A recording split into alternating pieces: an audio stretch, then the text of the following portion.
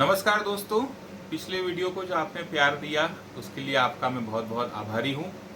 आज का जो हमारा विषय है वो है आपके बचत का आप कैसे रक्षण कर सकते हैं, कैसे आपकी बचत का आप सेफगार्ड कर सकते हैं।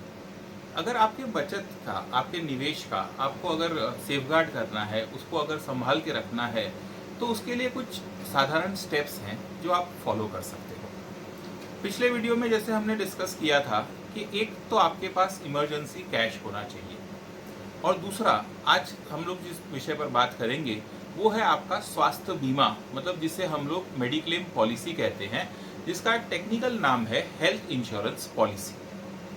अब ये हेल्थ इंश्योरेंस पॉलिसी क्या है और क्यों इसकी ज़रूरत है आपको, इस विषय पर आज मैं आपसे बात करना चाहता हूँ। बात यह है साहब कि आप अपने मेहनत की कमाई जो है उसको बचत करते हो उसकी, और उसकी हुई बचत का आप कहीं ना कहीं निवेश करते हो।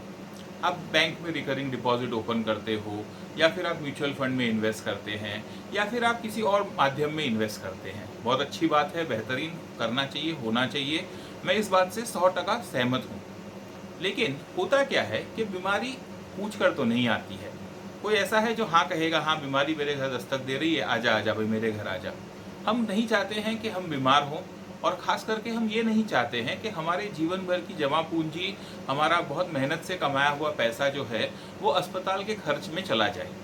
इससे तकलीफ़ ये होती है कि हमारा बचत किया हुआ पैसा जो है वो एक तरह से बर्बाद हो जाता है। अब इस समस्या का समाधान, इस समस्या का हल ये है कि आप अपना रेगुलर प्लानिंग जब करते हैं, प्लानिंग, फाइनेंशियल प्लानिंग करते हैं, तो उसमें आप अलग अलग तरह की बचत योजनाओं में निवेश करते हैं। बहुत अच्छी बात है।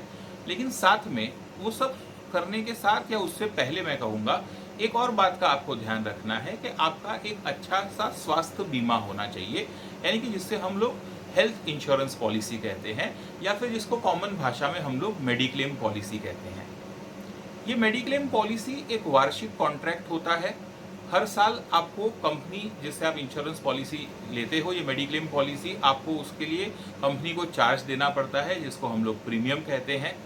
ये प्रीमियम जो है आपकी उम्र, आपका स्वास्थ्य, ये सब बहुत सारी बातों पर निर्भर होता है, और कोई कोई केसेस में आपको हेल्थ इंश्योरेंस पॉलिसी न मिले, ऐसा भी हो सकता है।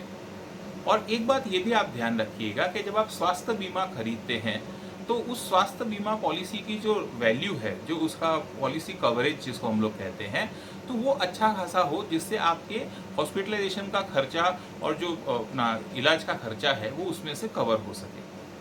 अब ये बहुत बड़ा लंबा विषय है, हो सके तो आगे और हम इस पर रोशनी डालने की कोशिश करेंगे। बट एक बात आपको मैं कुछ बेसिक नियम समझा दूँ। आप जब मेडिक्लेम पॉलिसी खरीदते हैं तो ये बात का ध्यान रखिए कि किसी अच्छी कंपनी से ली जाए हो आपने ये पॉलिसी।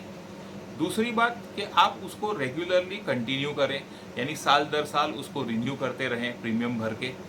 और सबसे महत्व की बात कि उस पॉलिसी की जो वैल्यू है वो इतनी हो कि जिससे आपके मेडिकल एक्सपेंसेस, आपके इलाज का खर्चा उसमें से आ सके। जैसे मुंबई में रहने वाला कोई व्यक्ति हो और वो अगर मुझसे पूछे, तो मेरी सलाह ये होगी कि कम से कम 5 से 10 लाख रुपए तक की उसकी पॉलिसी होनी चाहिए।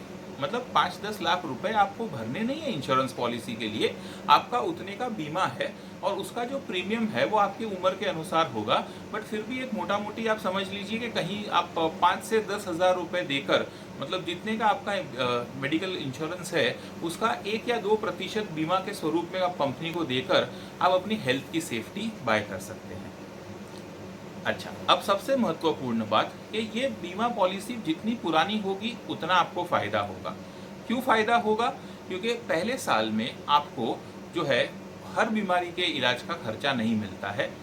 हाँ, लेकिन अगर आपकी ये पॉलिसी 3-4 साल पुरानी हो जाती है, कंटिन्यूसली आप उसको हर साल दर साल रिन्यू करते रहते हो, तो आपकी जो मेजर बीमारियां हैं उसके भी आपको खर्च का जो पैसा है वो इस पॉलिसी से मिल जाता है। बाकी तो हर पॉलिसी के अपने कायदे कानून, नीति नियम होते हैं। तो ये पॉलिसी लेने से पहले आप उस कंपनी से या उस एजेंट से सलाह मशवरा कर लें कि इसमें मुझे क्या क्या फ़ायदे हैं, इस पॉलिसी में क्या क्या बातें जो हैं वो कवर नहीं होंगी। अब ये हुआ सेकंड पॉइंट कि जो हमने अपना ये समझा कि भाई आप अपने निवेश की सुरक्षा कैसे कर सकते हो। पहले वीडियो में हमने इमरजेंसी कैश की बात की थी। आज के दिन हमने बात की है मेडिक्लेम पॉलिसी की। अगले वीडियो में कुछ नया लेकर आएंगे। तीसरा तरीका जो है आपके बचत को संभाल के रखने का, उसकी बात करेंगे। चलते चलते सिर्फ इतना कहूँगा कि मेहनत से कमाया हुआ पैसा आप इलाज में खर्च कर दो तो आपका निवेश जो है उसका उद्देश्य पूरा नहीं होता। तो इसके अगेंस्ट, इसके सामने आपके पास एक प्रोविजन है, एक बंदोबस्त है कि जहां आप मेडिक्लेम पॉलिसी खरीद कर अपने स्वास्थ्य का जो है रक्षा भी कर सकते हो उसकी, और एक तरह से आप देखो तो आप अपने निवेश की भी रक्षा कर सकते हो। शुक्रिया, थैंक यू।